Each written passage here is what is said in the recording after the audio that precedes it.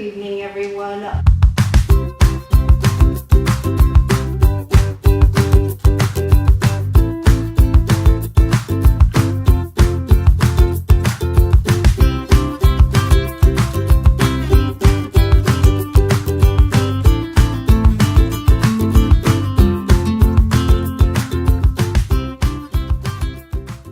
Well, first I just want to tell you what an honor it is to be here and to be part of the program.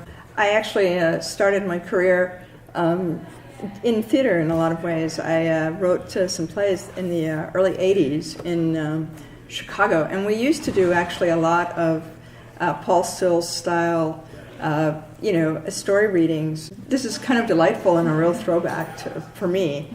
I really am looking forward to hearing you.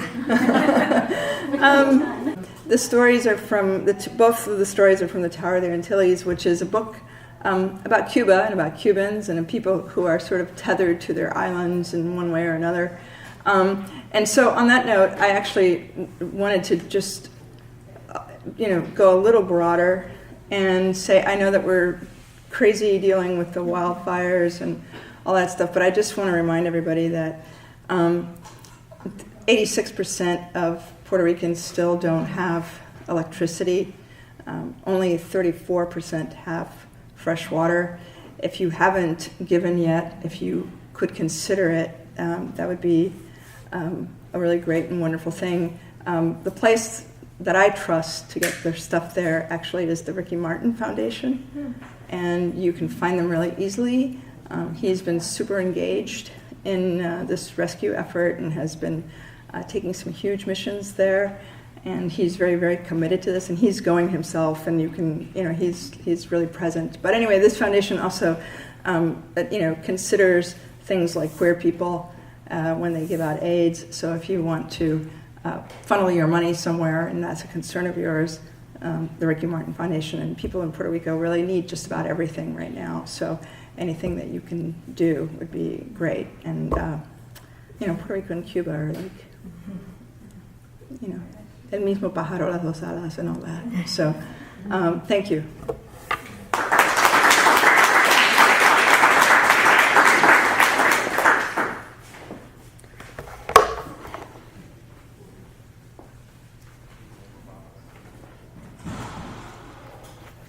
Exile. He will get down on his knees. He will bend his legs and approach us face to face on the deck of the ship. For a moment, it might look like he's going to squat, but he doesn't. He just kneels like a penitent, leans back a little, then catches himself and straightens up again. Like davening, but not quite. This is the myth we tell about our father as a younger man kneeling on the deck of a ship, whispering to us about civic society, about Lincoln and the First Amendment. Actually, that's not true. He would never have talked about the First Amendment. He would have more likely mentioned democracy or freedom. That's the word he liked the most. We keep this secret. The iron hissing on the dining room table, the towels moist, our mother's hair splayed on the cloth, her chin just off the edge, a black thread of smoke. And this one, the champagne bottle, a brutal club in her hand, the champagne, an arch like a morning star. But not these. The bar on US 12 with sawdust on the floor, the bar at the mall that stayed open past the shopping center's closing hours, the bar downtown where the high school teachers held their book club discussions and gossiped and flirted and gave each other strategic rides home that were acted out as spontaneous. We wanted to be Jews. We wanted to be Polish or German. We would have settled for Danish. A boy with relatives in Copenhagen explained to us that all blue-eyed people on Earth are related to an ancestor whose genes mutated between 6,000 and 10,000 years ago. We explained that where we come from, the greatest achievement is to leave. Most of us held clerical, semi-skilled, and service jobs, our median income well below the national norm. We preferred to think we were lawyers, doctors, teachers, Paramedics, industry giants, the president of Coca-Cola, unbelievably popular and successful pop stars and media titans.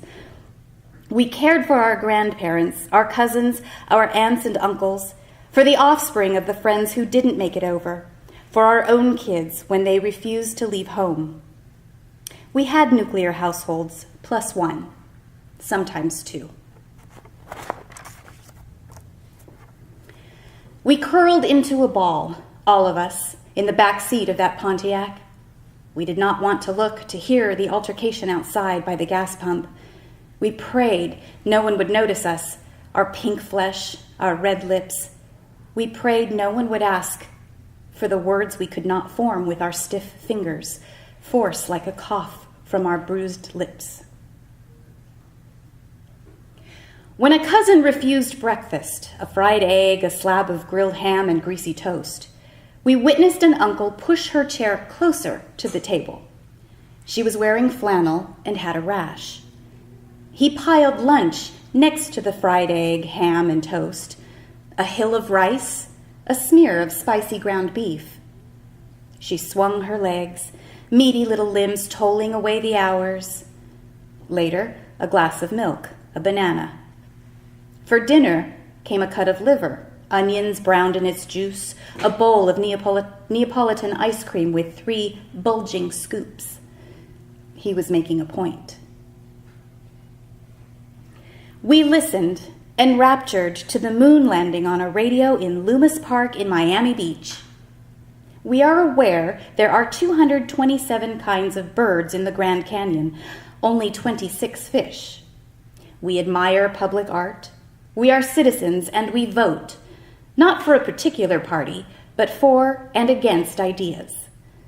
We know the Gettysburg Address and its admonitions to us, the living.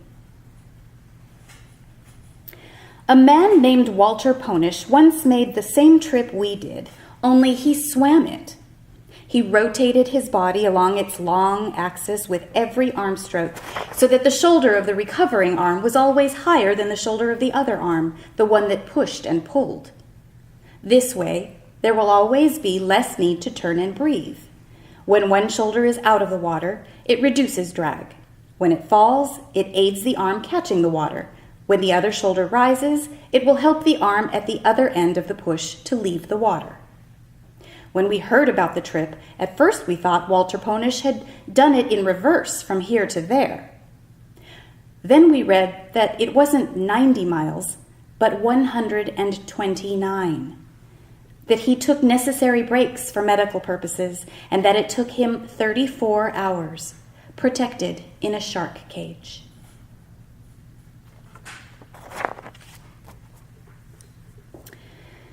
The Cola of Oblivion. The cousin's freckled arms reach out to the visitor.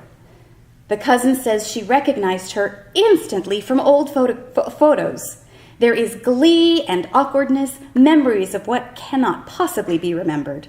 Playing as cherubs in the park across the street from their grandmother's house, catfish caught with handheld lines in the river behind the house. They fill in what cannot be talked about. It's been fine, yes, except for the house, now a home for hooligans. Trouble getting meat, fear of going to church, secret lessons to undo the official teachings at school, and the contentment that never materialized. The cousin's husband taps his shoulder where invisible epaulets would be and pulls on an invisible beard.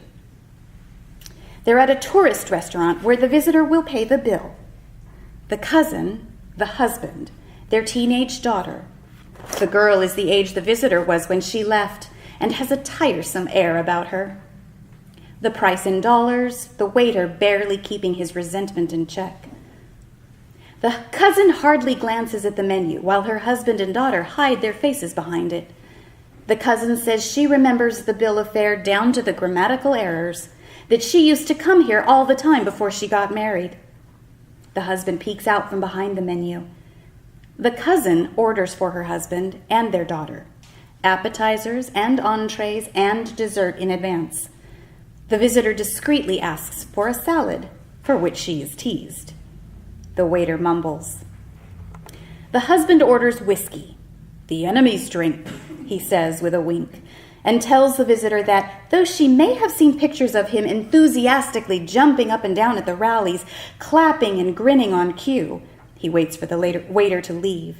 That is not how he really feels. The visitor has no idea what pictures he's talking about. You get caught up in it, he says. You don't know what you're doing. The husband makes much of the whiskey when the waiter brings it. He sniffs it, cradles it, finally sips it, and then ahs loudly. The daughter wants a cola. The black waters of imperialism, her father says, with yet another wink as the waiter taps his foot.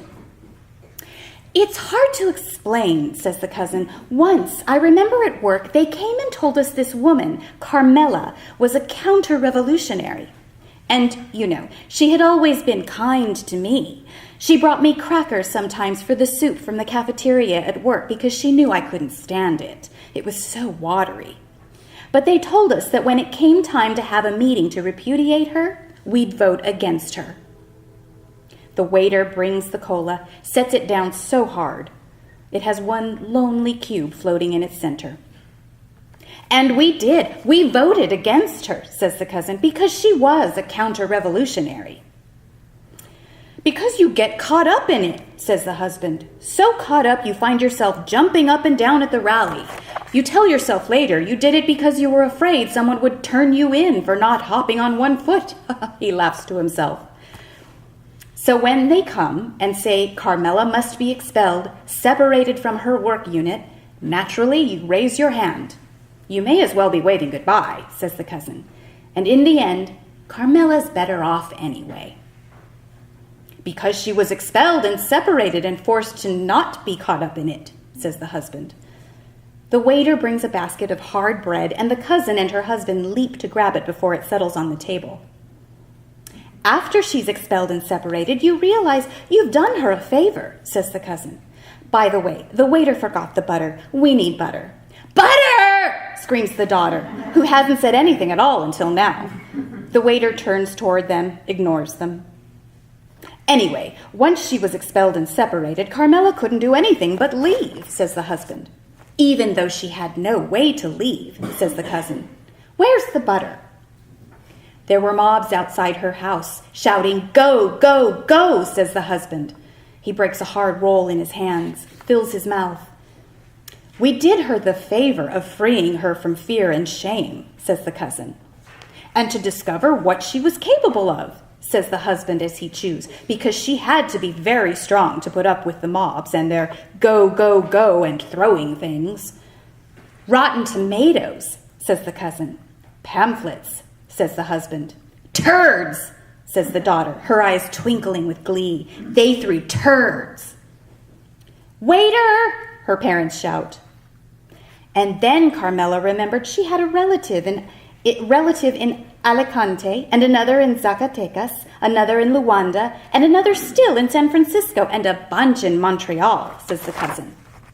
And while you're jumping up and down, shouting slogans, shouting go, go, go, she's already settled in Miami, says the husband.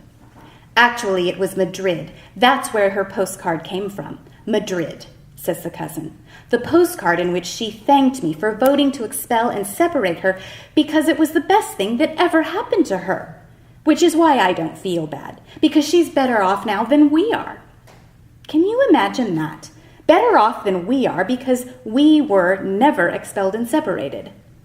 We played by the rules, although, of course, we didn't want to. But we had to. Had to jump up and down and expel and separate. Carmela abandoned us, like so many others. As soon as she was settled in her new life, she forgot about us. Didn't send us a single vitamin or a throat lozenge. Drank the cola of Oblivion, says the husband. You understand, don't you? Oh, how could you? You never lived here. They took you. Have you thanked your parents for that? Taking you? They were prescient, your parents. But it really wasn't fair of your mother to stop speaking to us. I understood she was Carmela's friend, of course, but it wasn't our fault we had to jump up and down and expel and separate. She turned her back on us, forgot about us in our hour of need. Sometimes I think your mother thought Carmela was more important than us, her blood family. Your mother never sent a single vitamin or an analgesic. Drank that cola.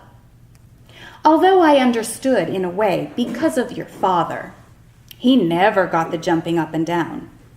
To tell you the truth, and we're only telling you this now because you're here, and we know that means you're willing to defy him because he can be quite the tyrant himself.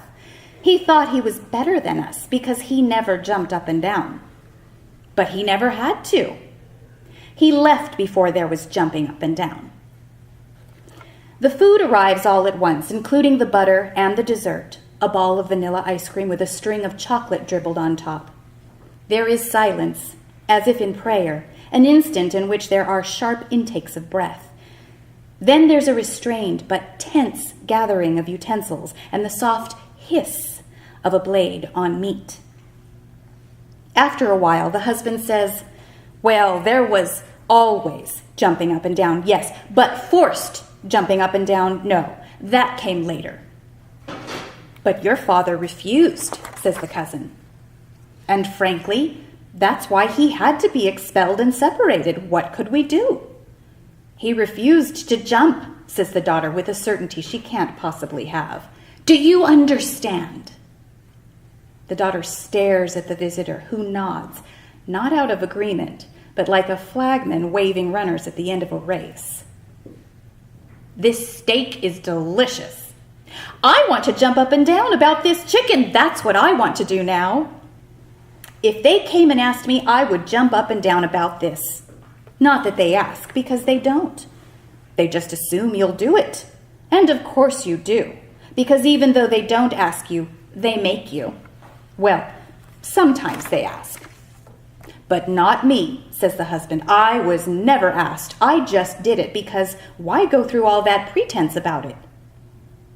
Instead of inhaling the food like they do, the mustard chicken on the mother's plate, the rare steak on her father's, the daughter hums and pushes a pair of creamy shrimp around on her plate.